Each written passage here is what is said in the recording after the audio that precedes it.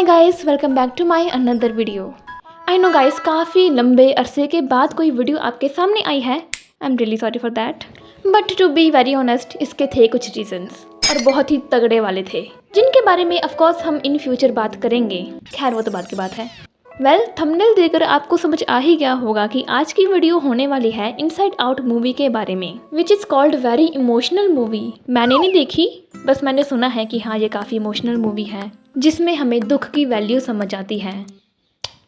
इसलिए मैंने इस मूवी के ऊपर वीडियो बनाने का सोचा, बिकॉज रिलेटेबल ब्रो। और इस मूवी की रेटिंग्स भी काफ़ी हाई है वैसे, अगर हम नॉर्मल मूवी से कंपेयर करें तो। As you can see 8.1 out of 10 and 4.6 stars, which make this movie like a star. इसीलिए इस मूवी के फैक्ट्स और थ्योरीज को डिस्कस करना तो बनता ही है ना। So let's check it. Number first, as we all know कि इस मूवी में हमें टोटल 5 इमोशंस दिखाए गए थे: जॉय, सैडनेस, फियर, डिस्गस्ट और anger. But what about love, jealousy, guilt and confusion etcetera. But क्योंकि इमोशंस ही मेन लीड होने थे इस मूवी के, तो अगर ये लोग 27 या 30 इमोशंस इकट्ठे कर देते तो ना तो हम मूवी देखने वालों को कुछ समझ आनी थी और ना ही ये मूवी बनाने वालों को। So they were like play small but play smart. Number second, जो इस मूवी की मेन कैरेक्टर है जॉय के अलावा रिली, आई होप ठीक प्रोनाउंस किया हो। तो जो रिली है उसको डायरेक्टर जी ने अपनी बेटी से ही इंस्पायर होके बनाया है, क्योंकि जो उनकी बेटी थी वो बचपन में काफ़ी चुलबुली सी हुआ करती थी, लेकिन जब वो थोड़ी बड़ी हुई 11-12 साल की, तो वो काफ़ी थोड़ी सैड और मैच्योर सी हो गई। और ये अचानक इमोशनल चेंज वाला पैटर्न डायरेक्टर को काफ़ी हटका सा लगा।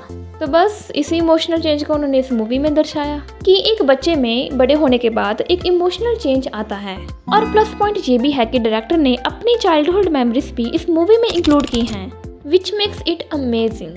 नंबर 3, ये पिक्सर की पहली ऐसी मूवी है जिसमें कोई विलन नहीं है। जैसा कि आप सबने देखा ही है कि इसमें रिली के इमोशंस दिखाए गए हैं और ऑफ कोर्स उनका स्ट्रगल भी, लेकिन इसमें कोई विलन नहीं है कि ये एक खतरनाक राक्षस है, हमें इससे पूरी दुनिया को बचाना है, ये तबाह कर देगा सब कुछ, ये वो, ऐसा कुछ भी नहीं है। इसमें बस इमोशंस और फीलिंग्स के साथ कैसे डील करते हैं यही दिखाया गया है।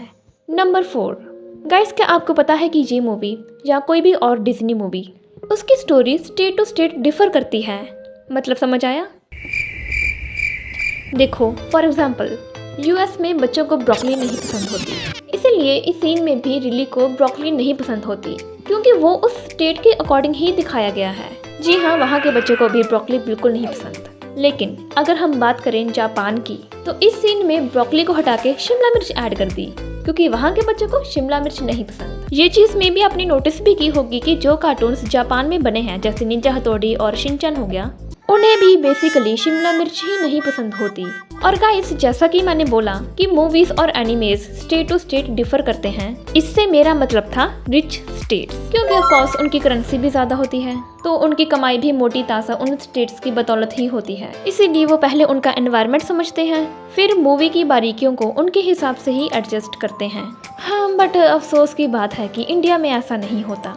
नंबर 5, तो गाइस, जैसा कि आपको पता ही है कि ये मूवी इमोशंस बेस्ड मूवी रही है, जिसमें हमें कई सारे इमोशंस देखने को मिले हैं। बट द फैक्ट इज कि डिज्नी वालों ने ऐसे ही ये इमोशंस नहीं बना दिए अपनी कॉमन सेंस के बदौलत, बल्कि उन्होंने साइकोलॉजिस्ट की इंटरव्यू लिए और उनसे इमोशन पैटर्न समझा, और फिर इमोशंस को समझ के फिर उन्होंने फिल्म बनाई। Number 6, Easter eggs. इस मूवी में कई सारे ईस्टर एग्स थे, जिनमें से हम कईयों का जिक्र करेंगे अभी।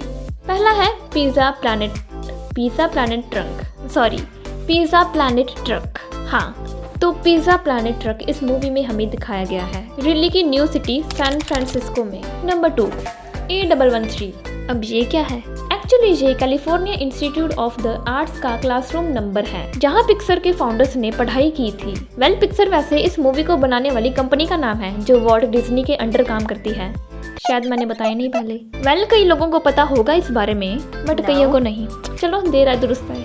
ये A113 हमें ऑलमोस्ट हर पिक्सर मूवी में देखने को मिलता ही है।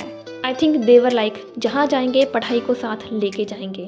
नंबर 3, इस सीन में, इस पोस्टर में हमें फाइंडिंग नीमो की पिक्चर दिखाई गई है, एंड ऑल्सो रेटालॉली। फैक्ट नंबर 7, गाइस, क्या आपने ध्यान दिया कि रिली के इमोशंस के जेंडर अलग अलग हैं? I mean male plus females. लेकिन जब उसके पेरेंट्स के इमोशंस दिखाए गए तो सभी के जेंडर सेम थे।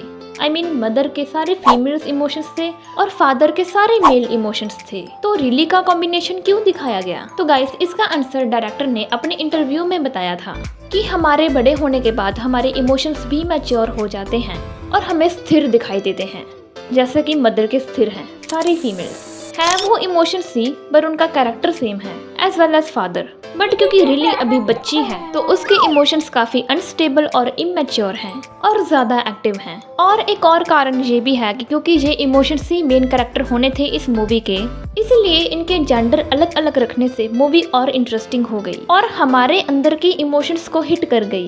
बाकी मदर और फादर के इमोशंस का कुछ खास सीन था नहीं, इसीलिए मूवी बनाने वालों ने इस पर इतना ज्यादा टाइम वेस्ट किया नहीं। तो गाइस, ये थे कुछ अनोखे फैक्ट्स इनसाइड आउट मूवी के बारे में। आई डोंट नो गाइस कि वीडियो कैसी बनी है, आपके दिल तक ये पहुंची या नहीं। हाँ, बट इतना ज़रूर कहूँगी कि चैनल को सब्सक्राइब करके जाना। मिलते हैं नेक्स्ट वीडियो में, तब तक के लिए बाय बाय।